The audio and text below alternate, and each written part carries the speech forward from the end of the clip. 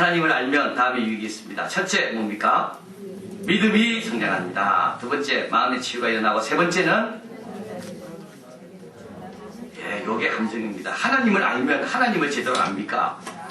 나를 제대로 압니다. 그렇죠? 나를 제대로 압니다. 선택을 제대로 합니다. 그 다음에 하나님은 세상을 어떻게 창조하셨습니까? 말씀으로. 그 다음에는 뭐죠? 무에서 유로 계속 창조하고 계십니다. 하나님의 사랑은 창조주로서 우리의 사랑과 다릅니다. 하나님의 사랑은 어떤 것인지요? 모든 피조물에 대한 절대적인 애착, 피조물이 행복할 때까지 행복하지가 않기로 하신 동일시의 사랑. 동일시의 사랑. 오전반은 이거 안 배웠다고 그러더라고요. 교재에 다 있습니다. 네. 세 번째, 우리가 약할수록 죄가 클수록 더 사랑하시는 자비의 사랑. 은혜와 자비의 사랑. 네 번째, 외과 전문의처럼 우리의 잘못을 고치기 위해서 아픔을 감수케 하시는 거룩한 사랑. 네 번째입니다. 하나님은 고통을 일부러 만들 필요는 없지만 그렇다고 고통을 피하지는 말라고 하십니다. 이는 고통의 탐 같은 유익이 있기 때문입니다. 첫 번째, 신체적인 면. 두 번째는요, 영적인 면에서. 세 번째는 관계적인 면에서 유익이 있습니다. 꼭 한두 개씩 틀리죠. 잘 뽑아놓으시고요. 자, 여러분 보충자료 세 번째 보면 두 계시의 차이라는 게 있습니다. 성경에 관한 보충자료 페이지 7 나와서 보충자료 3대 있는데요. 이제 어저께 창조에 대해서 말씀을 드렸는데 조금 보완이 필요해서 이 말씀을 드립니다. 하나님께서 창조하셨습니다. 그렇기 때문에 이 창조물을 가만히 피조물을 보면 거기에 하나님이 어떤 분인지 알 수가 있습니다. 하나님의 지혜, 하나님의 실력, 하나님의 섬세함, 하나님의 미적 감각, 하나님의 창조성, 똑같은 걸 하나도 만든 적이 없이 하나님은 다 다양하게 만드셔요. 그래서 이 창조물을 볼 때마다 야, 우리 하나님은 이런 분이구나를 알게 됩니다. 그런데 그 정도밖에 모른다는 거죠. 그걸 가리켜서 우리는 일반 계시라고 그럽니다. 일반 계시. 자연을 통해서, 역사를 통해서, 사건을 통해서 때로는 우리에게 두려움을 느끼기도 하고, 아, 내가 죄가 있으면 해결해야 되는구나, 이런 걸 느끼게 하지만 원래 하나님을 바로 알고 하나님을 사랑하고 섬기게 하는 그런 단계까지는 이르게 못한다는 거예요. 그래서 필요한 게 무슨 일반 계시 말고 뭐가 필요합니까?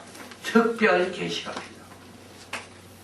그래서 특별 계시가 받은 사람은, 그걸 아는 사람은 자연물을 봐도 하나님에 대한 다른 이해 속에서 하나님을 찬양하지만, 특별 계시가 없이 아무리 자연을 쳐다봐도 이 자연을 만든 하나님이 어떤 분인지 알기에는 턱없이 부족하다는 겁니다. 그래서 자연신학이라는 게 있습니다. 이거는 뭡니까? 이건 자연을 통하여 하나님을 알아갈 수 있다, 이렇게 생각하는 거죠. 그러나 그렇지 못합니다. 자연 아무리 들다봐도 내가 죄인인 건 잘 모릅니다. 자연 아무리 들다봐도 이걸 만드신 분이 용서하는 분이라는 건 이해가 안 됩니다.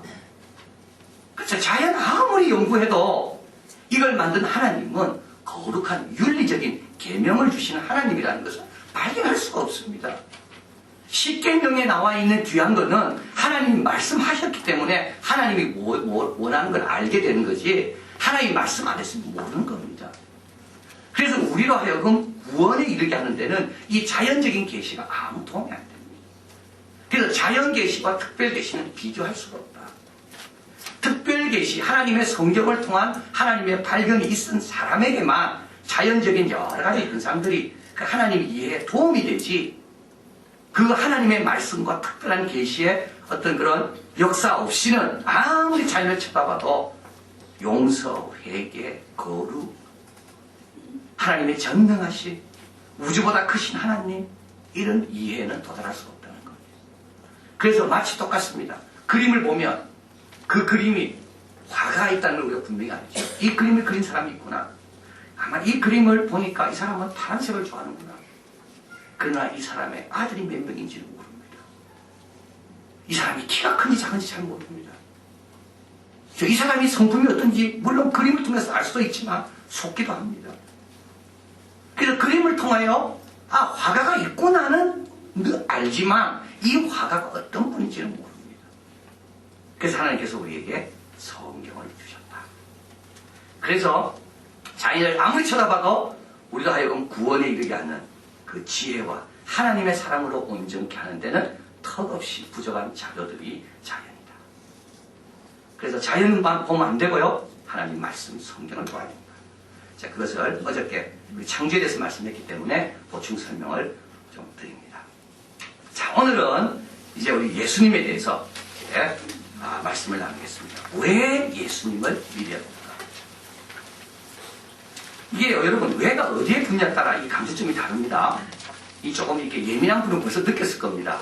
종교를 왜 갖는가? 이 질문하고 왜 종교를 갖는가? 이거 다릅니다. 하나님을 왜 믿어야 되는가 하고 왜 하나님을 믿어야 되는가 다른 겁니다. 왜 많은 거 있지만 그 하나님을 믿어야 되냐 이 말이죠. 왜 하나님을 믿어야 되냐 이 말은. 그리고 하나님을 왜 믿어야 되냐 이 말은 하나님을 사랑해도 되고 하나님을 따라가도 되는데 왜 하나님을 왜 믿어야 되는가? 이 믿음의 강조가 있는 겁니다. 그래서 여기서 질문이 왜 뭡니까? 예수님을 믿어야 돼. 이 질문의 강조는 예수님에게 가 있습니다. 왜 예수님 믿어야 됩니까? 예수님은 다른 모든 인간과 다릅니다. 이것을 우리가 분명히 알아야 됩니다. 예수님은 모든 다른 인간과 다릅니다. 예수님은 하나님의 아들입니다. 예수님은 특별한 분입니다. 그래서 우리가 지금 대강절 기간을 보내고 있지만 계속 말씀하는 건 예수님은 성령으로 잉태된 분이다. 잉태 자체가 다릅니다. 예수님이 오기 전에 천사들이 미리 나타나서 그 나실 예수님이 하나님이라는 것을 알려줬습니다. 예수님은 잉태부터 다르고요. 태어나는 순간부터 예수님은 뭔가 다른 분입니다. 예수님은 한마디로 말하면 하나님의 아들이기 때문에 태어나기 전부터 계시던 분이다. 예수님은 성탄절 이후부터 존재하는 분이 아니라 성탄절 이전부터 하나님과 함께 계시던 분이다. 성경이란 절대자라는 안경을 보고 절대자를 보니까 절대자에게는 한 분이 아니고 또 뭐예요? 아들이 있구나. 그걸 보게 된 겁니다. 성경이라는 안경을 끼고 보면 절대자는 유대인들은 하나님인 줄 알았습니다. 한 분 하나님. 근데 가만 보니까 예수님도 하나님이구나. 근데 그 하나님이 하나님과 함께 계시다가 특별한 사명을 가지고 이 땅에 오셨는데 이 땅에 오실 때 우리와 동일한 육신을 입고 오셔서 그분을 우리는 예수님이라고 부르지만 예수님은 실제로 오시기 전부터 하나님과 함께 거하시던 하나님이시다. 세상에 그런 분은 없습니다. 세상에 그런 분은 없습니다. 그걸 오늘 우리가 확실하게 배우게 됩니다. 여호와의 증인 같은 이단들은 어디에서 예수님을 하나님이 아니라고 보지요. 유대교와 기독교가 차이가 바로 여기에 있습니다. 무슬림과 기독교의 차이가 바로 여기에 있습니다. 또 굳이 말하면 불교와 기독교의 차이도 여기에 있습니다. 유교와 기독교의 차이도 여기에 있습니다. 예수님을 어떻게 보느냐? 예수님은 하나님의 아들이다. 그런데 이제 하나님의 아들인데 하나님하고 같이 계시다가 왜 육신을 입고 왔을까? 이게 중요하죠. 왜 육신을 입고 왔을까? 세 가지입니다. 첫째 하나는 말씀하기 위해 왔습니다. 하나님을 예수님처럼 잘 아는 분은 이 세상에 없습니다. 하나님과 영원 전부터 사귀면서 하나님의 사랑과 거룩과 하나님의 전능과 하나님의 자비를 가장 잘 아는 분은 예수님 말고는 없습니다. 그 하나님을 우리에게 보여주고 전달해주기 위해서 그 사명을 갖고 예수님이 오신 겁니다. 그래서 예수님을 가르쳐서 뭐라 그럽니까? 태초에 말씀이 계시니라. 하나님의 온전함을 가장 완벽하게 드러내주는 메신저는 예수님밖에 없습니다. 그래서 하나님 곁에 예수님이 하도 답답해서 엉뚱한 신에게 자꾸 절하고 하나님을 잘못하고 두려워하고 하나님에 돌아와야 되는데 엉뚱한 데로 가고 그걸 보다 못해서 우리 예수님이 내가 하나님을 전하러 가겠습니다. 그래서 그 아버지 집을 떠나서 오신 분이 예수님입니다. 첫 번째죠. 두 번째는 예수님 오셨습니다. 그리고 예수님은 오셔서 하나님께 갈 수 있는 하나님의 사랑을 보여주셨습니다. 예수님은 진리지요. 진리입니다. 두 번째로, 그런데 예수님은 오셔서 진리를 가르칠 뿐만 아니라 생명을 나누어 주십니다. 그래서 예수님이 오셔서 처음 외쳤던 게 뭡니까? 회개하라. 뭐가 가까웠다고요? 천국이요. 하나님의 자녀가 되는 권세, 그 생명을 주기 위해서 예수님 오셨습니다. 모든 인간은 이걸 못 줍니다. 어느 인간도 영생이라는 영원한 생명이라는 것을 줄 수 있는 인간은 아무도 없습니다. 자, 그래서 한번 이렇게 되는 거죠. 예수님이 하나님과 함께 계시다가 인간이 너무 죄를 많이 짓고 아버지가 너무 아파하고 그래서 내가 그걸 해결하기 위해서 예수님께서 오셨습니다. 오셔서 하나님에 대해서 쫙 가르쳐주고 그리고 난 다음에 그걸로 끝나는 게 아니라 그 하나님을 잘 섬길 수 있도록 능력과 생명을 주시고 그렇죠? 그래서 예수님께서 나는 길이요 진리요 뭐라 그랬습니까? 생명이라 그랬습니다. 생명을 주시기 위해서 오셨습니다. 세 번째로 이렇게 생명을 주고 하나님에 대한 진리를 전하기 위해서 우리가 생명을 받아 누려서 그 예수님이 가르치신 그 하나님을 따르기 위해서 해결해야 될 게 있죠. 그게 뭡니까? 죄입니다. 그래서 예수님께서 오셔서 우리의 죄를 자신이 짊어지기 위해서 오셨습니다. 자, 그래서 예수님은 이 땅에 계실 때 예수님의 자의식이라는 게 있습니다. 예수님의 자의식 가운데는 뭐가 있냐면 나는 하나님의 아들이라는 자의식이 있습니다. 그래서 예수님은 다른 사람과 많이 부딪혔습니다. 예수님은 하나님의 아들이라고 자꾸 이야기하니까 다른 사람들이 어떻게 보겠습니까? 특별히 유대인들은 나 위에 다른 신을 섬기지 말아야 됐거든요. 유대인들은 유일신사상입니다. 하나님은 한 분입니다. 그런데 예수님이 딱 나타나가지고 하나님을 나를 본 자는 아버지를 본 자다. 아버지와 나는 하나다. 막 이렇게 말씀하니까 유대인들이 그냥 열받는 겁니다. 그래서 유대인들이 나중에 돌로 쳐서 죽이려고 그럽니다. 자꾸 하나님과 동등되게 여기니까 하나님은 한 분인데 목수 출신 지가 뭔데 자꾸 하나님이라 그러냐. 그래서 우리가 예수님께서 돌아가시는 이유도 유대인들이 왜 예수님을 잡아 십자가에 처형하는가 그 이유도 또 예수님이 말씀하고 행동했던 모든 이 배경에는 뭐가 있는가? 예수님은 하나님의 아들이라는 자의식이 있었다는 것. 자, 그래서 몇 가지를 보면요. 첫 번째, 예수님께서 몇 명의 제자를 불렀습니까? 12명입니다. 왜 12명일까요? 11명 하고 본인이 끼면 되지 12번째. 근데 12이라는 것은 이스라엘의 12지파를 가리킵니다. 구속받을 온전한 수를 가리킵니다. 예수님은 하나님의 아들이기 때문에 거기 끼지 않습니다. 그죠? 예수님은 세례 요한을 이렇게 말씀했습니다. 여자가 낳은 자 중에 이보다 큰 자가 없다. 그러면 예수님은 뭡니까? 예수님은 여자가 낳은 자가 아닙니다. 그죠? 예수님은 죄를 용서하십니다. 여러분이 너무 중요합니다. 4명의 친구가 들것에 중풍병 환자를 얹혀가지고 오다가 너무 사람이 많으니까 천정을 부수고 내리죠.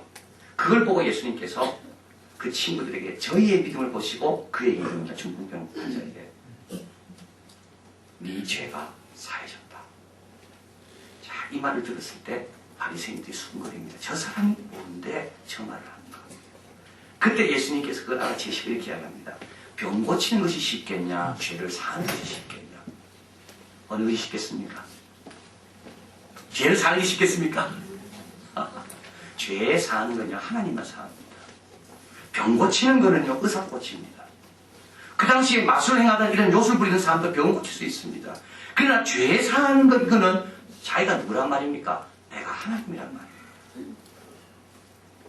전철 타고 가다가 누가 제 옆에 제 다리를 밟았습니다. 확 세게. 내가 너무 아파서 막 화가 나는 거죠. 근데 아무도 모르는 사람이 보다가 괜찮다고 그 사람 빨리 가라고. 그 말이 됩니까? 안 됩니다. 자기가 내 구두를 사줬어요. 뭐 내가 해준 게 뭐 있어요. 나의 아픔을 지가 알아요. 모르지. 그 사람은 그걸 말할 자격이 없습니다. 근데 누가 날 다리를 딱 밟았을 때 이 구두를 사준 우리 어머니가 옆에 서 있다가 내보다 더 많은 아픔을 갖고 있는데 그럼에도 불구하고 우리 어머니가 괜찮습니다. 가십시오. 나의 아픔을 나누는 사람만이 나에게 해당했던 잘못했던 죄를 용서할 수가 있습니다. 그렇죠. 그래서 예수님께서 죄를 사했다는 말은 뭡니까? 예수님은 하나님이라는 말입니다. 또 예수님께서는 자신의 권위로 말씀하셨습니다. 이 너무 중요합니다. 우리는 뭘 말할 때 내 권위가 없기 때문에 항상 남의 권위를 빌려와서 이야기합니다. 그렇죠? 동아일보.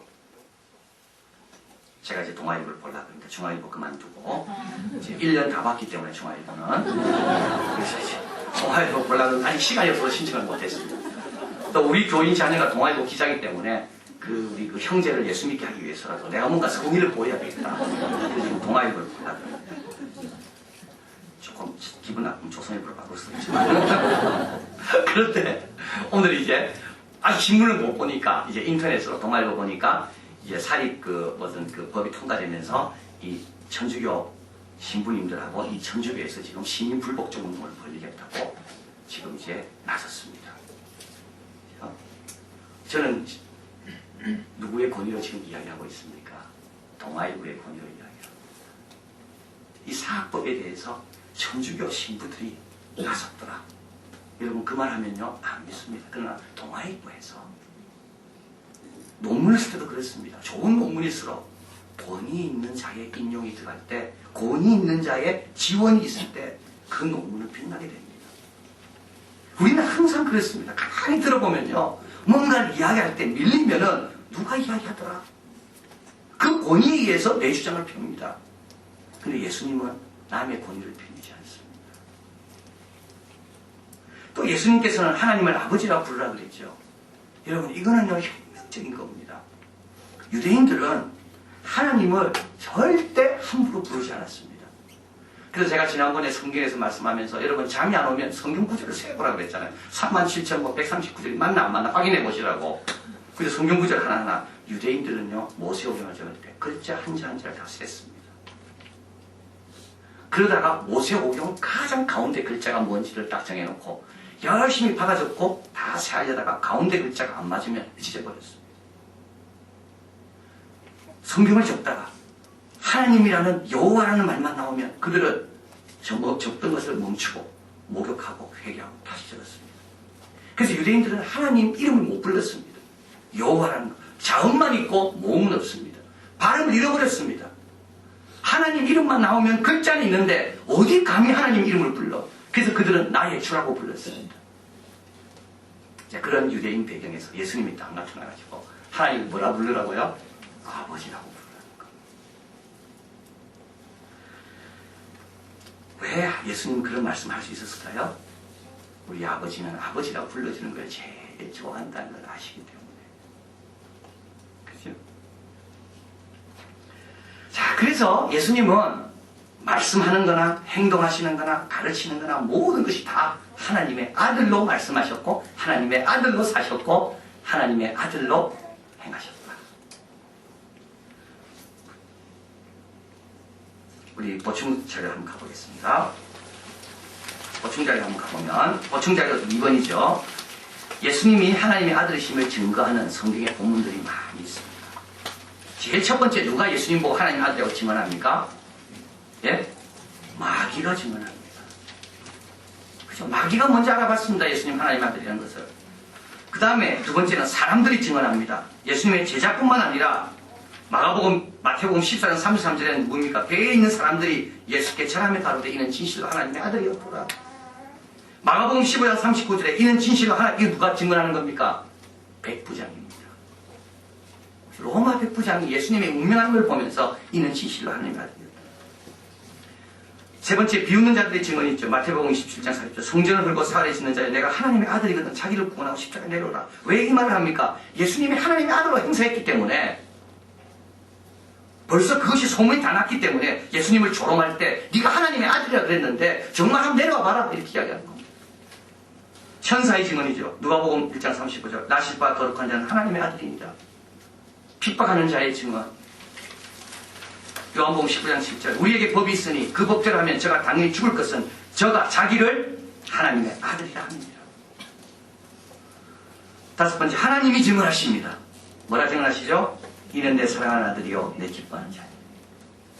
예수님이 증언하십니다. 요한복음에 보면 전부 다 예수님은 당신 자신을 하나님과 나는 동일하다고 증언합니다. 예수님이 가르치신 기도가 증언합니다. 하늘에 계신 우리 뭡니까? 아버지요. 예수님께서 겟세마네 동산에서 기도하실 때 아버지여 원대로 하옵소서. 하나님을 부를 때 어떻게 불렀습니까? 예수님은 아버지라고 불렀습니다. 사도들의 증언, 요한일서, 로마서, 고린도전서, 갈라디아, 히브리서 모든 예수님을 믿었던 사람들은 다 예수님을 하나님의 아들이라고 증언합니다. 자, 그래서 어떤 분은 이렇게 말하죠. 야, 예수님은 진짜 좋은 분이었다. 틀렸습니다. 성경을 꼼꼼히 연구하다 보면 두 가지 반응밖에 안 나타납니다. 첫째는 예수님은 미쳤구나. 아니, 지가 무슨 하나님의 아들이야. 두 번째는 진짜 예수님은 하나님의 아들인가. 예수님은 4대 성인이 아닙니다. 성스러운 분이 아닙니다. 사기꾼이든지 하나님이다. 그렇죠. 예수님이 당신을 하나님의 아들이라고 합니다. 그럼 예수님은 정말 정신 나간 분입니까? 여러분, 정신 나간 분들은 다음 특징이 있습니다. 스스로 점검하시길 바랍니다. 첫째, 정신이 조금 약한 분들은 논리를 하나를 가지고 끝까지 전개해 갈 수가 없습니다. 왔다 갔다 합니다. 그래서 정신 나간 사람하고 이야기하다 보면 내가 뭘 시작했더라 잘 모릅니다. 왔다 갔다 이야기했다 저기했다 저기. 두 번째, 정신 나간 분들은 감정의 굴곡이 너무 심합니다. 그래서 불안합니다. 또 갑자기 어떻게 될지. 제가 부산에서 부목할 때 전화가 왔습니다. 큰일 났다. 우리 교회 교인 중에 젊은 여성인데 이분이 정신이 좀 약한 분입니다. 화만 나면 아이들 막 때려. 화만 나면 칼을 들어. 나중에 시어머니 시아버지 다 도망가고. 근데 지금이 그런 상황이라고 전화가 온 거예요, 저한테. 이야, 여러분 목회자가 정말 그런 건 좀 전화 안 해주면 알아서 해결하면 얼마나 좋습니까? 그러니까 제가 또 그때 나갔어야 됐는데 그때 있는 바람에 전화를 받고 정말 가야지 어떻게 하겠습니까? 그래도 칼 든다 뭐 이거 다 알면서도 그냥 갔습니다. 근데 하나님께서 알아서 다 정리해 놓으셨다고. 그때는 차분하게 앉아있더라고요. 여러분, 정신이 약한 분들은 자기 절대가 안 됩니다. 그래서 불안합니다. 화날 때는 화내야 되고 참을 때는 참을 수 있어야 되는데 언제 이분이 화가 나서 어떻게 돌변할지, 이런 사람들이 정신적으로 약한 사람들입니다. 세 번째로 정신적으로 약한 사람은 이 분위기 파악을 잘 못합니다. 그래서 여름에 부츠 신고 다니는 이런 사람들한테 조심해야 돼요. 이 실내에서 선글라스 끼고 있고 뭐 이런 사람들이 있습니다. 우리 예수님이 어땠냐는 거죠. 우리 예수님이 어땠습니까? 우리 예수님 분위기 파악이 못했습니까? 아닙니다. 가나 혼인 집에 갔으면 기적을 베푸시고 혼인잔치를 기쁘게 하시고 예수님의 감정이 얼마나 평온하셨는지. 제 아들은 막 풍랑일 때 두려워했는데 예수님은 평온하셨습니다. 예수님의 가르침을 한번 보십시오. 산상수훈 같은 가르침은 얼마나 일목요연하게 쫙 물어 흘러갑니까? 그럼 어떤 분이 이렇게 질문하죠. 좀 똑똑한 분은 그거 다 조작한 겁니다. 성경에서. 예수님의 정신 이상 부분은 빼고 좋은 부분만 조작했습니다. 질문할 수 있죠. 그렇게. 여러분 그때 이렇게 이야기하십시오. 성경은 AD 50년부터 100년 사이에 쓰여졌다. 제일 먼저 쓰여진 것은 AD 50년. 다시 말하면 예수님과 함께 지냈던 사람들이 살아있을 때 적힌 책이 성경입니다. 그 성경이 읽혀지고 나누어질 때 예수님을 봤던 사람이 옆에 다 있다고요. 절대 예수님을 미화시킬 수가 없습니다. 결론은 간단합니다. 하나님이 천지를 창조했으니까 창조했다고 하는 것처럼 예수님이 하나님의 아들이니까 하나님의 아들이라고 하는 겁니다. 자, 그래서 우리 예수님에게는 하나님의 아들이시고, 그래서 예수님에게는 우리 인간에게는 없는 두 본성, 신성과 인성이 예수님에게 있습니다. 예수님에게는 어느 누구도 근접할 수 없는 어떤 신성한 어떤 그런 위엄이 있고, 동시에 예수님에게는 어떤 인간에도 발견할 수 없는 가장 겸손함이 예수님입니다. 예수님은 스스로 모든 걸 할 수 있는 권세를 가졌지만, 동시에 예수님은 모든 것을 하나님과 의논하는 겸손함을 가지고 있다. 이 예수님만에 발견되는 두 본성입니다. 왜 예수님을 믿어야 됩니까? 예수님은 하나님의 아들이기 때문에 그렇습니다. 자, 그런데 이제 예수님이 돌아가십니다. 여기에서 제자들이 혼돈에 빠집니다. 예수님께서 하나님의 아들이고 두 본성을 가지고 바다도 잠잠케 하고 죽은 사람을 살려내고 예수님께서 하나님의 아들로서의 모든 것을 보여줬는데 왜 십자가 위에서는 그냥 돌아가시냐는 거죠. 로마 병정들이 예수님 손에 못을 박을 때 예수님의 제자들은 다 기대했을 겁니다. 못이 안 들어갈 거다. 안 그러면 못이 거꾸로 돌아가지고 날라와서 이 망치지 않은 사람들이 고칠 거다. 그리고 예수님께서는 쫙 내려와가지고 까불래 이렇게 해가지고 내가 하나님 아들을 보일 것이다. 그렇게 생각했는데 예수님께서 힘없이 돌아가십니다. 그래서 제자들이 다 흩어졌습니다. 실망했습니다. 예수님은 하나님의 아들인 줄 믿고 뭔가 신비로운 빛으로 찾아왔는데 십자가 위에서 다 깨져버린 거예요. 그런데 하나님의 아들이기 때문에 죽어야 됩니다. 이게 여러분 너무 중요한 겁니다. 하나님의 아들이기 때문에 예수님은 죽어야 됩니다. 왜 그렇습니까? 내 같은 사람이 죽어봤자 남에게 아무 영향이 없습니다. 나는 내 죄로 죽습니다. 내 죄만 져도 나는 감당이 안 됩니다. 남의 죄까지 감당할 수 없는 거예요. 근데 하나님의 아들은 죄가 없기 때문에 온 인류의 죄를 다 짊어질 수가 있는 겁니다. 근데 우리 하나님은 어떤 분이라고 그랬습니까? 공의 하나님, 거룩한 하나님이죠. 하나님은 죄인과는 함께 할 수 없는 거룩성이 있습니다. 근데 동시에 하나님에게는 사랑이 있습니다. 사랑과 공의를 동시에 만족시키기 위해서는 누가 필요합니까? 어린 양이 필요한 겁니다. 죄 없는 어린 양, 예수 그리스도입니다. 그래서 예수님께서 십자가 위에서 여러분 꼭 기억하십시오. 거룩한 교환을 이루십니다. 예수님의 의가 우리에게로 오고 우리의 죄가 예수님께로 가고, 그래서 예수님은 하나님이 정해놓으신 죄의 삭은 사망이다. 죄의 삭은 사망이다. 죄를 지으면 죽는다. 그래서 그 죄의 값을 우리 대신 예수님이 대신 지고 가신 겁니다. 그래서 예수님이 죽어야 되는 거죠.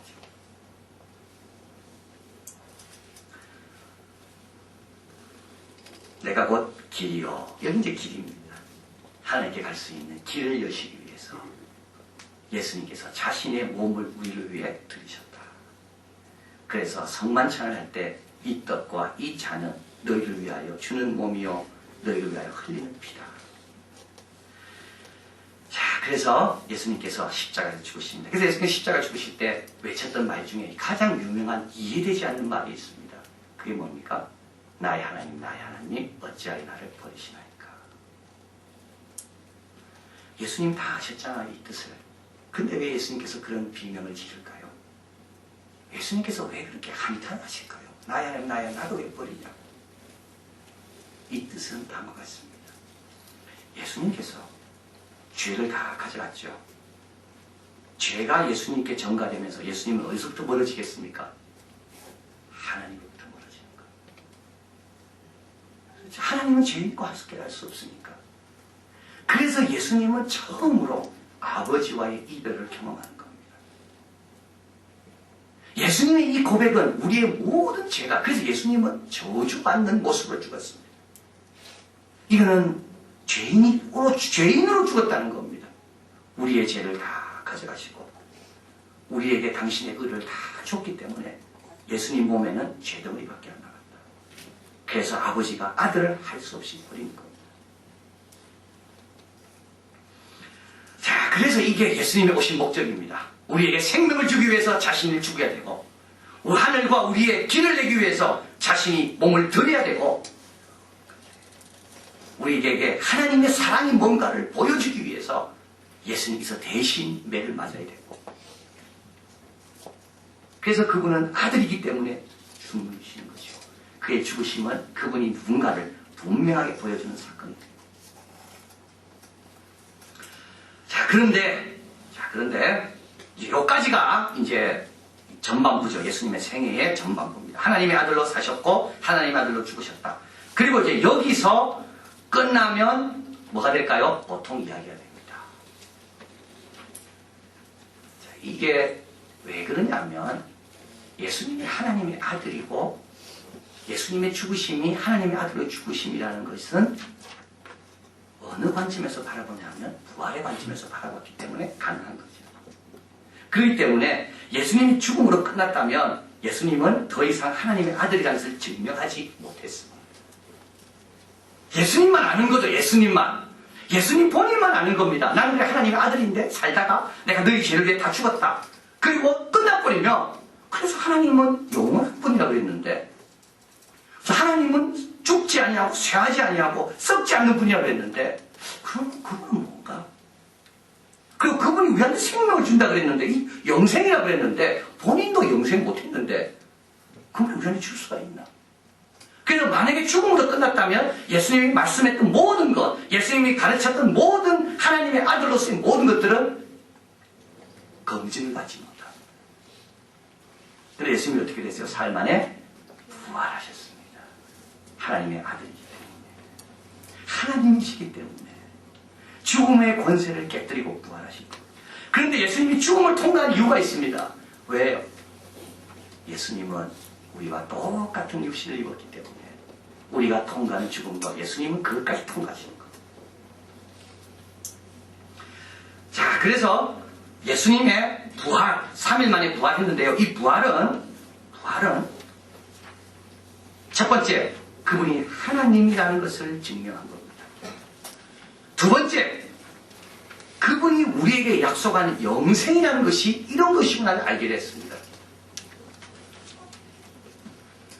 너무 중요한 거죠. 그래서 우리는 예수님을 믿을 때 우리도 예수님처럼 부활한다는 것을 확신하게 됩니다. 자, 부활과 여러분 소생하고는 같습니까? 다릅니까? 어떻게 달라요? 소생은 뭡니까? 다시 죽는 거죠. 나인성 과부의 아들을 살렸습니다. 예수님께서 죽은 장례를 가는 아이들을. 근데 어떻게 예수님께서 살렸죠? 그 아들은 다시 어떻게 됩니까? 나이 들어서 죽습니다. 그건 소생이라고 합니다. 죽었다가 살아난 건 소생입니다. 부활은 뭡니까? 영원히 죽지 않습니다. 공자 72세로 세상을 떠났습니다. 제자들은 그의 화려한 장례식을 너무 공자를 존경했기 때문에 그 장례식을 화려하게 지내줬습니다. 제자 중에 일부는 그의 무덤 곁에 오두막을 짓고 3년을 지냈습니다. 공자를 가장 사랑했던 자공은 스승의 무덤 곁에 제자들이 다 떠난 다음에 3년 더 있었습니다. 부처님 마지막 안거를 바이샬리 근처 마을에서 지냈습니다. 팝이라는 마을에서 춘다로부터 공양을 받았는데 그 공양 받은 것이 잘못되어 병이 드셨습니다. 그리고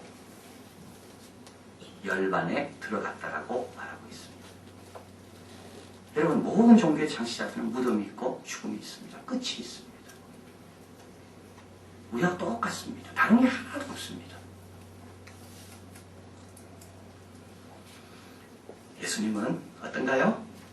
예수님은 하나님의 아들이기 때문에 죽음의 권세를 이기는 분입니다. 이게 다른 겁니다, 여러분. 성경은 부활에 대해서 다음과 같이 말하고 있습니다. 이게 부활이죠. 부활, 예수님이 부활했다. 그런데 이 부활을 성경은 어떻게 증거하고 있는가? 첫 번째, 부활의 첫 번째 증인은 여성들이다. 이게 너무 중요합니다. 왜 여성들이라는 게 중요하냐면 부활의 첫 목격자가 여성이었다는 말은 그 당시 여성들은 법적에서 증인으로 채택이 안 됐습니다. 여자들은 인격으로 안 받습니다. 랍비들은 회당에 들어와서 성경을 읽기 전에 하나님 여호와여 감사합니다. 나를 여자로 태어나지 않게 해주셔서 이렇게 기도했습니다. 오늘 우리 낮에 공부할 때 남자 5분, 여자 한 40분 됐습니다. 그때 누가 와서 여기 몇 명 있습니까? 물어보면 남 5명밖에 없습니다. 여자들은 없는 걸로 쳤습니다. 오병이어에 5,000명을 먹일 때 그때 아이와 여자는 안 쳤다고 말하고 있습니다. 아이와 여자를 빼고 60만 명이 출애굽 했습니다. 그래서 숫자를 살릴 때 그래서 안 쳤습니다. 그런데 부활의 첫 증인이 누구라고요? 여자입니다. 그 말은 뭡니까? 부활은 누가 보냐에 따라서 누가 증거하냐에 따라서 그 진리가 영향받지 않는다는 겁니다. 또 부활로 인하여 어떤 일이 일어났습니까? 제자들이 변했습니다. 아까 말씀드렸죠. 제자들은 다 도망갔다 그랬습니다. 그런데 부활하신 주님을 만나고 그 다음부터 하나님이라고 예수님을 고백합니다. 도마가 대표적인 경우죠. 또 부활한 다음에 어떻게 됩니까? 유대인들의 사회 구조가 변화됐습니다. 이 말은 뭐냐면 유대인들은 토요일 날 안식일로 지켰습니다. 그런데 예수님의 제자들은 다 유대인들이죠. 그런데 그 제자들이 나중에 예배드리는 날로 어느로 바뀌었는가 하면 예수님이 부활한 날로 바꿨습니다. 지금은 어느 날 우리가 쉽니까? 예, 예수님 부활한 날입니다. 우리 온 세상 사람들이 예수님께 고마워해야 됩니다. 예수님 부활 안 했으면 지금도 1년 360일 일해야 됩니다. 근데 예수님이 부활하신 날이기 때문에 로마에서 그걸 공인하면서 쉬게 했기 때문에 오늘 모든 사람들은 인정하지 않든 인정하든 예수님이 부활하신 날 쉬고 있습니다. 근데 유대인들이라는 게 여러분 얼마나 자기 의식과 전통을 강조하는지. 여러분 우리 겉으로 보기에는 미국 사람 같지만 대부분 샤프하게 보이는 애들은 다 유대인들입니다. 그래서 우리가 속습니다. 와, 미국 사람 참 멋있게 생겼다.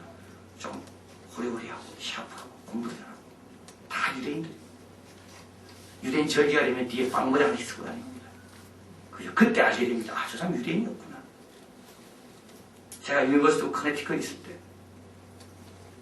크리스마스는 안 지켜둬요. 학교에서. 유대인의 절기 한우카는 지켜주고요. 학과에서. 그리고 유대인의 성인식이 있습니다. 그 성인식 되면 학과 교수들이 다 갑니다. 왜냐하면 교수 반 이상 유대인이니까. 여러분 한번 이야기해 보십시오. 거의 다 유대인입니다. 스필버그 유대인입니다. 조지 소로스 유대인입니다. 키신저 유대인입니다.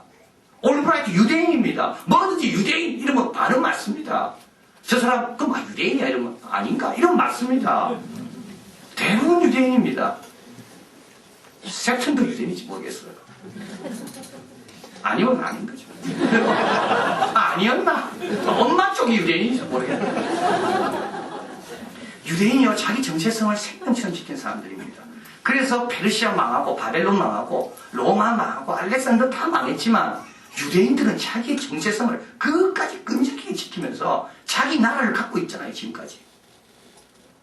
그 비결 중에 하나가 이들은 안식일과 유월절과 이런 몇 가지 절기를 생명처럼 지켰기 때문에 그렇습니다. 이런 유대인들이 다 초대되지 않은 유대인들이죠.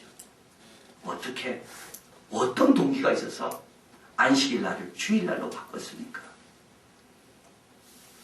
예수님의 제자가 또 예수님의 가족들이 변했습니다. 예수님의 동생 가운데 한 명이 야고보입니다. 야고보는 예수님의 부활을 보고 난 다음에 절대 그 다음부터는 예수님을 형이라고 부르지 않습니다. 예수님을 주라고 부릅니다. 그렇죠? 예수님의 무덤은 지금도 비어 있습니다.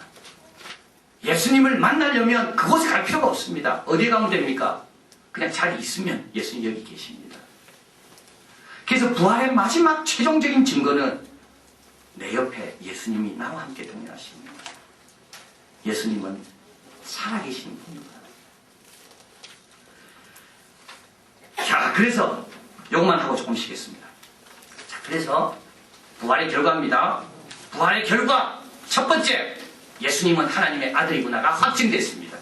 두 번째, 예수님이 우리에게 주시고자 하는 영생, 하나님의 나라라는 것은 죽음까지도 초월하게 하고 극복하게 하는 세상 누구도 줄 수 없는 가장 고귀한 생명이구나. 그것이 증명됐습니다. 세 번째, 역사를 새롭게 바라봅니다.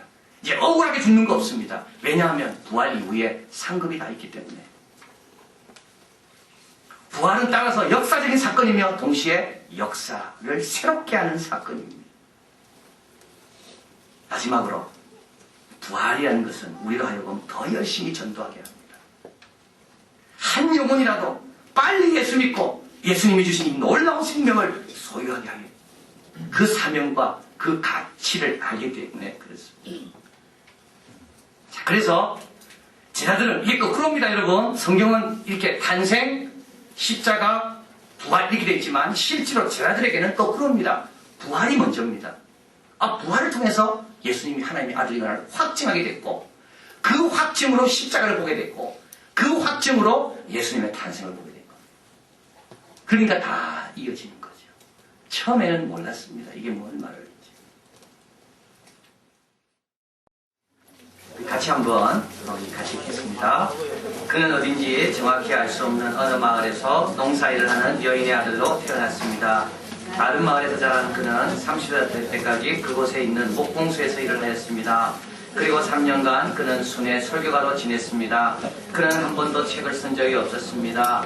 한 번도 사무실을 차린 적이 없습니다. 가족도 집도 없었습니다. 대학에 가본 적도 없습니다. 한 번도 대도시를 구경한 적이 없습니다.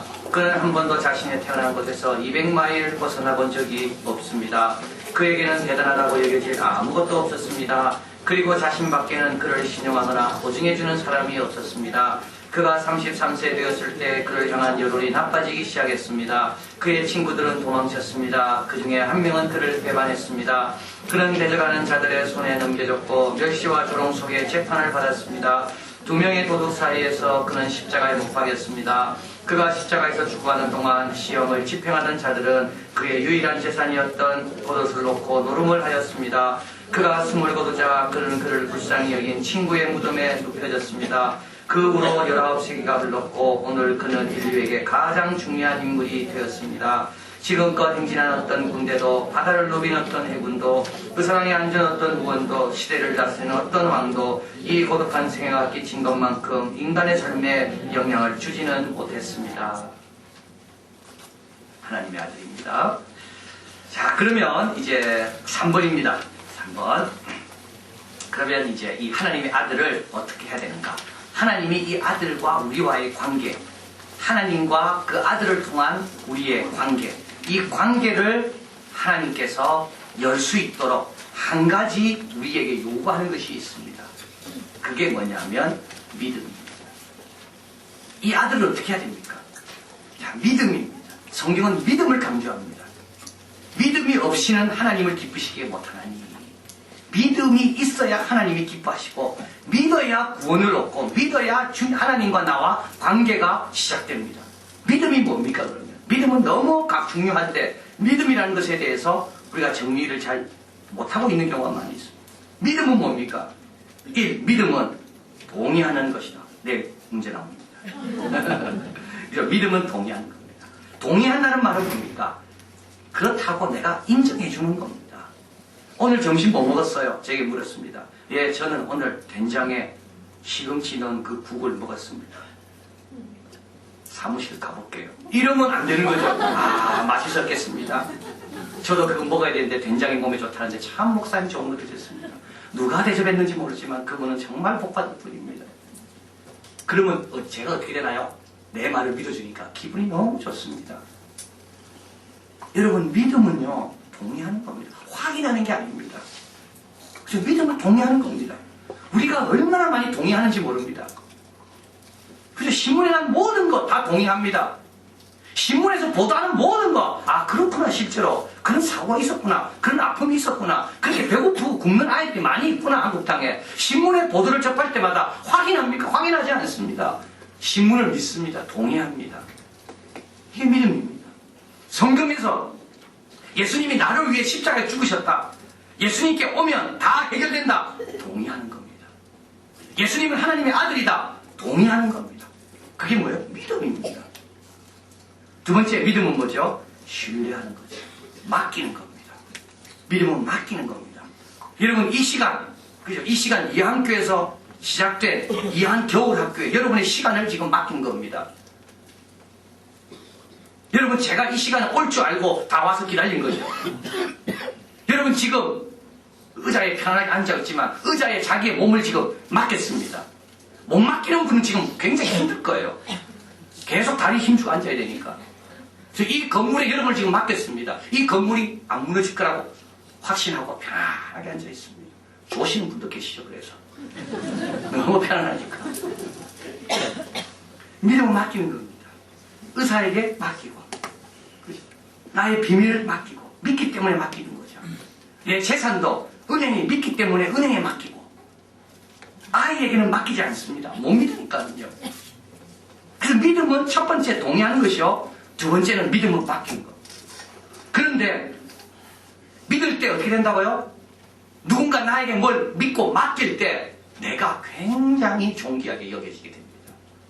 그러나 누구로부터 불신을 받을 때 굉장히 수치감을 느낍니다. 아이들이 제일 기분 나쁠 때가 언제입니까? 엄마가 못 믿을 때입니다. 나는 공부했는데 TV가 따뜻하단 말이야. 니가 공부 안 했단 말이야 지금. 왜 마루에 항상 TV 앞에 마루 고기는 뭐가 기름이 많이 묻어있냐 이 말이에요 지금. 내가 오늘 갈 때 닦고 갔는데 이상하게 기름과 머리카락이 남아있다 이거죠.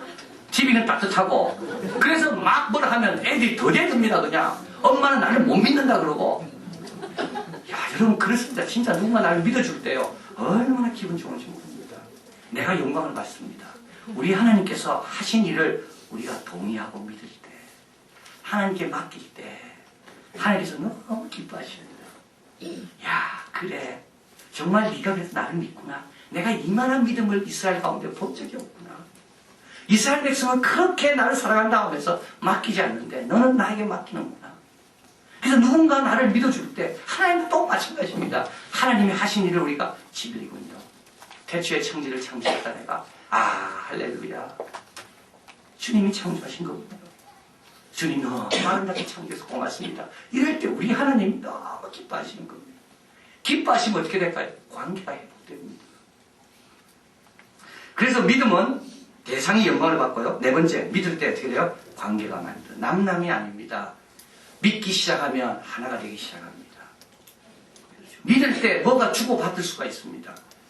여러분이 저를 믿기 때문에 지금 제가 이렇게 말씀하는 것에 대해서 마음에 활짝 열고 받아들이지 않습니까? 저를 못 믿는다고 하면요, 제가 아무리 아름다운 이야기를 해도 여러분 마음이 다치고 아무런 관계가 만들어지지 않습니다. 하나님도 마찬가지입니다. 믿을 때 관계가 불신은 관계를 막는 겁니다. 같이 살아도 못 믿으면 남입니다. 그래서 사랑을 해도 못 믿으면 그 사랑은 불행한 사랑입니다. 그러나 사랑이 없어도 믿으면 최소한 관계는 유지됩니다. 그래서 사랑은 그 다음 단계고요. 항상 처음 시작은 믿음입니다. 믿을 때 관계가 시작됩니다. 그래서 스펄전 영국 유명한 목사님이 이 말했습니다. 은혜가 하나님으로부터 우리에게 흘러오는데 어떤 수도관을 통해서 은혜가 흘러오는가 하면 믿음의 수도관을 통해서 흘러옵니다. 믿음이 좋은 사람은 이 수도관이 너무 넓어서 어떤 경우에서도 은혜를 받고, 믿음이 없는 사람은 아무리 좋은 데 가도 수도관이 막혀있기 때문에 은혜를 못 받는다. 그런데 다섯 번째, 믿음의 특징이 있습니다. 믿음은 또 뭡니까? 또 다른 믿음으로 나아가게 합니다. 여러분, 믿으면 더 잘 믿게 됩니다. 왜 신앙생활에 믿음이 성장이 없냐 하면 그때 믿었던 거나 지금 믿었던 거나 믿음의 양이 똑같기 때문에 그렇습니다. 한 번도 제대로 믿어본 적이 없기 때문에, 하나님께 맡겨본 적이 없기 때문에 믿음의 성장이 없는 겁니다. 우리 이한교회는 저와 여러분이 계속 믿음의 성장을 향해 나아가야 됩니다. 계속 하나님께 많이 맡겨보는 거죠. 정말 오늘 저는 참 놀랍니다. 많은 사람이 놀랄 겁니다. 이렇게 많은 분들이 이 연말에 얼마나 바쁜데 지금 모여옵니까? 낮에는요 40명 50명 모입니다. 저녁에는 적게 올 줄 알았습니다. 저녁에는 저녁대로 질세라 더 열심히 모입니다. 그렇죠. 이게 얼마나 바쁜 시간입니까? 내년에도 이때 꼭 해야겠다 생각합니다. 정말 하나님이 기뻐하시겠다. 정말 아기 예수 오신 그 성탄절을 앞두고 그 귀한 생명을 우리를 위해 보내주셨는데 연말연시한다고 바쁜 하나님의 백성들. 근데 우리는 다 접고 하나님께 나와서 말씀을 배우니까 하나님께 얼마나 기뻐하실까. 그래서 내일은 수료 선물은 없습니다. 너무 많아서 내가 신경을 못 쓰겠더라. 근데 이거 한번 믿어보면 그 다음에 더 잘 믿게 되고요. 더 잘 믿게 됩니다. 제 첫째 딸. 우리 딸은 성격이 매우 느긋합니다. 음식도 얼마나 천천히, 절대 취하지 않습니다. 천천히. 취하는 법이 없습니다. 학교도 천천히. 숙제는 언제나 없습니다. 어떻게 지가 감당하는지 내가 모르겠어요. 숙제했냐면 못돼. 공부했냐면 다 안 돼. 이야, 참. 그런 배짱이 두렵습니다. 두렵습니다. 그죠? 이야, 네가 참 학교 가서 그래 시달릴 건데도, 그런데도 평안하게 천천히 먹고. 그래서 제가 이제 초등학교 때입니다. 학교를 데려줘야 되니까 늘 늦잖아요. 지각하잖아요. 그죠? 그래서 제가 교회 출근하는 길과 학교 가는 길이 딱 겹치기 때문에 이렇게 늘 걔를 태워가지고 빨리 지각 안 시키려고. 그런데 그 학교 코너가 되면 사거리가 됩니다. 이 사거리가 되는데 어떨 때는 신호체계 때문에 제가 좌회전하고 대주면 바로 건너가고 어떨 때는 좌회전하게 대주면 바로 건너갑니다. 근데 이 복잡한 신호체계를 걔가 알 일이 없지요. 근데 우리 딸은 항상 건너서 문방구 앞에 거기 대달라는 겁니다. 그게 제가 아니다. 지금은 여기 돼야 네가 건너갈 수 있어. 그래야 지각이 아니야. 근데도 계속 주장합니다. 건너서 대달라고. 이 아빠를 믿어라! 안 믿습니다. 여러분 안 믿습니다. 애들 안 믿죠. 엄마 안 믿습니다. 엄마 아빠 안 믿습니다. 공부하면 니 잘 된다 절대 안 믿습니다. 그죠? 이거 몸에 좋으니까 먹으라 안 믿잖아요. 애들 안 믿습니다. 근데 제가 몇 번 지 원하는 대로 해줬어요. 그냥 늘 지각하거든요. 그래서 제가 이번에 아빠 한번 해봐라. 그래서 아빠 말 듣고 한번 하게 지각하거든요. 그래서 제가 그 다음에 물었습니다. 사랑하는 딸아, 어디에 대줄까? 그래도 우리 딸이 소망이 있어요. 아빠 원하는 데 대주세요. 할렐루야. 믿어보면 압니다. 한 번이라도 하나님께 맡겨보면 하나님께서 어떻게 처리하는지를 보게 되면요. 그 다음엔 더 큰 것도 맡기게 됩니다. 그래서 믿음은 다 갖고 시작하지 않습니다. 믿음은 항상 조그만 믿음이지만 하나님께 한번 맡겨보면 그 결과를 자기가 알잖아요. 그러면 그 다음에 조금 더 큰 거 맡기고. 근데 그때마다 갈등이 있는 거죠. 항상 커져야 되니까. 그러나 그때마다 하나님의 선하심을 믿고 하나님이 보고 계시니까 그걸 믿고 내가 한번 맡겨볼 때 결과가 좋게 오게 되고 내 믿음이 성장합니다. 자, 그래서 10m 앞만을 비추는 전조등입니다. 그죠? 그러나 이 전조등은 전국을 일조하는데 조금도 부족한 게 없습니다. 한 발짝만 옮기면 그 다음에 또 어떻게 됩니까? 또 10m를 비추고 또 10m를 비추고 믿음이 이와 같습니다. 내가 하나님 이것 따라 한번 맡겨보면 그 다음에 또 믿음이 또 생기고 또 믿음이 생기고. 그래서 믿음은 다 갖고 시작하는 게 아닙니다. 그리고 두 번째로 믿음은 또 믿음에 대해서 이야기하죠. 많은 사람들이 믿음에 대해서 믿음은 비합리적이라고 이야기합니다. 여러분 그거 틀렸습니다. 믿음이 비합리적인 게 아니라 어디에다가 믿냐 안 믿냐 믿음의 대상에 따라 어떤 믿음은 비합리적이고 어떤 믿음은 합리적인 겁니다. 믿음 자체가 합리적이고 비합리적인 게 아닙니다. 내가 어떤 대상에 믿고 맡기냐에 따라서 그 대상에 따라 믿음의 행위가 합리적이냐 비합리적이냐 결정됩니다. 하나님처럼 창조하시고 하나님처럼 우리를 사랑하시고 하나님처럼 모든 것을 주관하시며 인도하시는 분에게 맡기는 것처럼 합리적인 게 어디 있습니까? 그것처럼 지혜로운 게 어디 있습니까? 근데 우리는 어디다 맡기려고 그러나요? 우리는 삼성의 아이들이 취직되면 정말 좋아합니다. 삼성이 책임질 줄 아니까. 그죠? 우리 아이들이 좋은 대학 가면요, 정말 우리는 대학 졸업하면 학벌이 이 아이를 책임질 줄 알고 너무 그 비합리적입니다. 그것처럼 비합리적인 게 어디 있습니까? 신학교에 보내기도 하고 선교사로 보내기도 하고 그 우리 안디옥 교회라는 데서 전주에 그래서 우리 저번에 말씀드렸던 그 우리 정영애 목사님이 그 전주 안디옥 교회에서 지금 훈련을 받고 있는데 그분이 한번 지난번에 제가 그랬었지만 그분이 올라와서 저에게 이제 자기 안디옥 교회 이야기 좀 해줬습니다.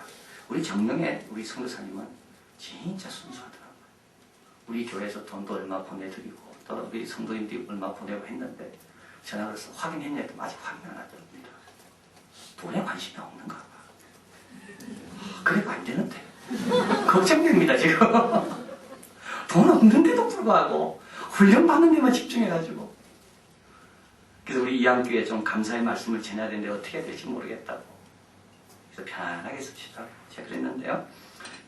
우리 정영애 목사님이 저한테 그 안디옥 이야기를 했습니다. 그 교회는 예산의 60%를 선교로 나간다는 거죠.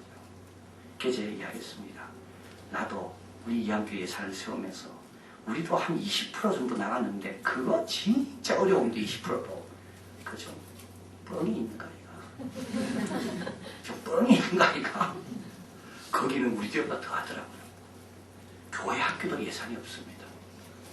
교회 학교 애들도 오히려 더 성교 헌금하지 교회에서 주는 거 갖고 먹지 않더라고요. 이야, 우리도 세지만 더 센 데가 있구나. 그건 전주에서는 그렇지 몰라도 우리 노원구에서는 그래도 좀 애들 먹여야 되고. 그런데요. 그런데 제가 감동받은 거는 그 60%가 아니라 그 목사님의 아이들 4명이 다 선교지에 가 있다는 거. 그 목사님은 이제 내년이면 은퇴하시는데 그 목사님이 내 자녀가 다 선교지에 가 있다는 거예요. 그것도 가장 오지에. 하나님을 믿는다는 게 뭘까? 하나님께 맡긴다는 게 뭘까?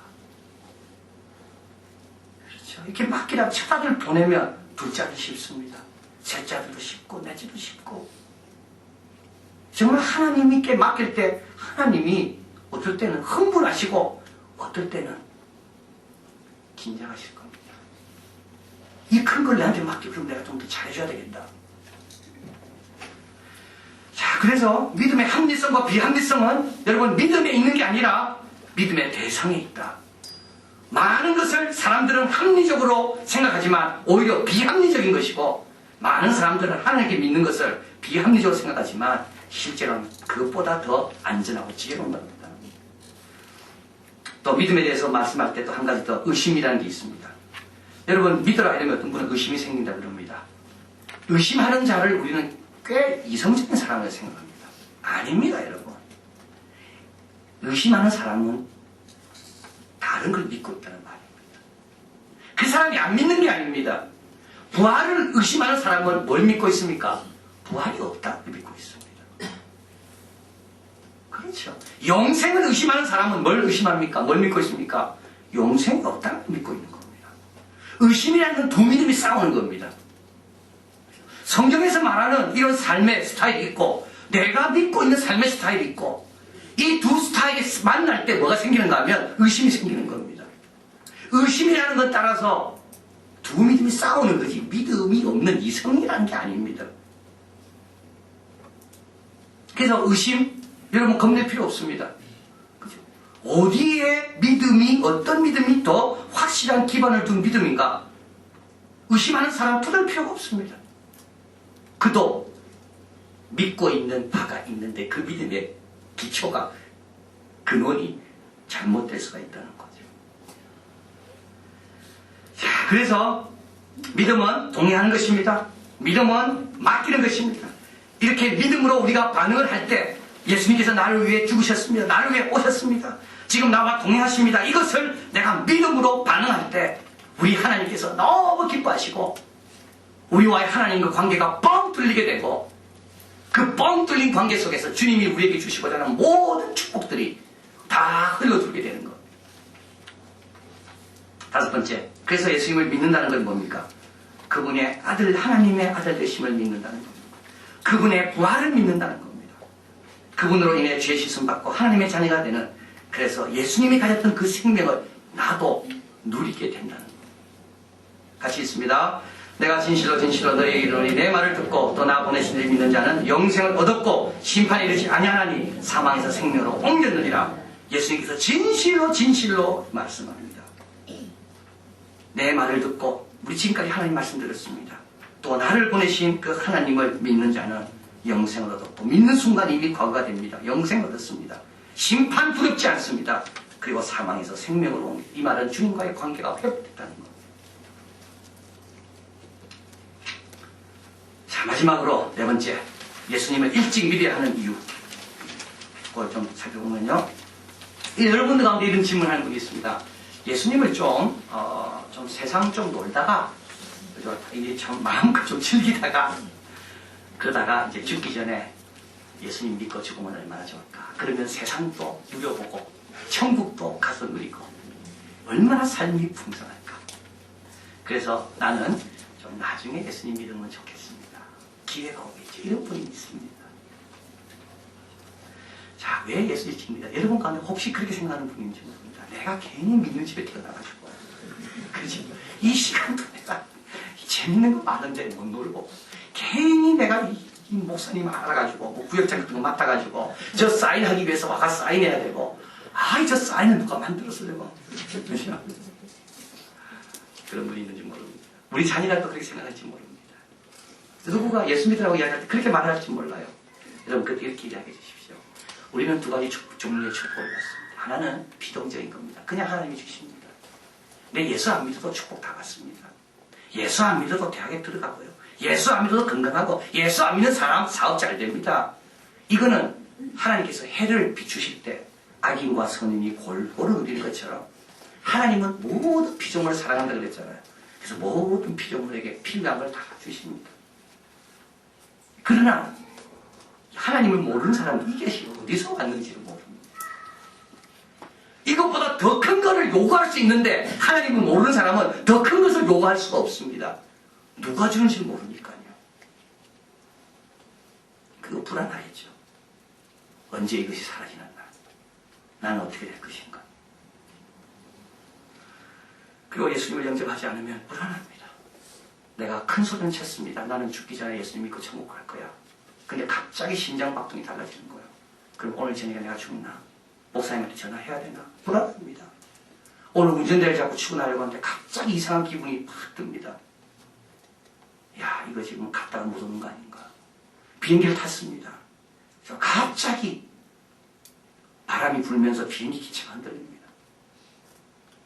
여러분, 이거 생각처럼 마지막에 믿으면 좋겠지 이러지만 마지막 믿는 그 순간까지 계속 악몽에 시달리다가 그 기회를 놓치는 경우도 있는 거죠.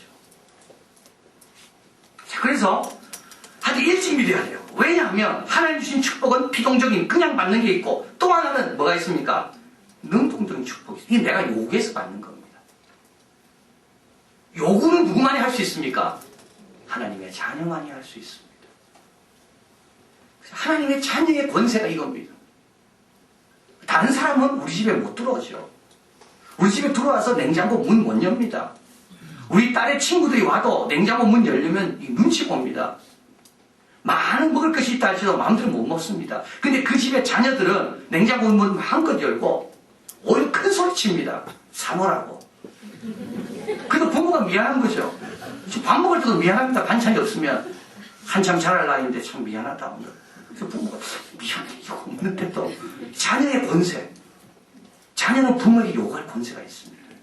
그래서 하나님을 일찍 믿으면 일찍 믿을수록 우리는 하나님께 요구할 권세를 더 바르게 더 많이 쓸 수 있는 겁니다. 천국의 열쇠를 일찍 받아야지 천국 문을 자꾸 열 거 아닙니까? 그래서 하나님께서 우리에게 어떻게 하라고요? 빨리 믿어라. 내일이 어떻게 될지 모릅니다. 안개처럼 금방 사라지고 내일 가서 장사하며 일을 벌이려 하던 자들아, 너희가 내일 일을 알지 못한다. 그리고 일찍 믿으면 하나님의 자녀로서 권세를 가지고 죽은 영혼을 위해서 기도하고 성교를 위해서 헌신하고 교회를 세워서 교회를 통하여 많은 후배들을 양성하고, 얼마나 우리가 일찍 믿어서 할 일이 많은데 이 좋은 사역을, 이 좋은 기회들을 우리가 미루겠습니까? 그래서 예수님께서 요한복음 1장 12, 13절 같이 읽습니다.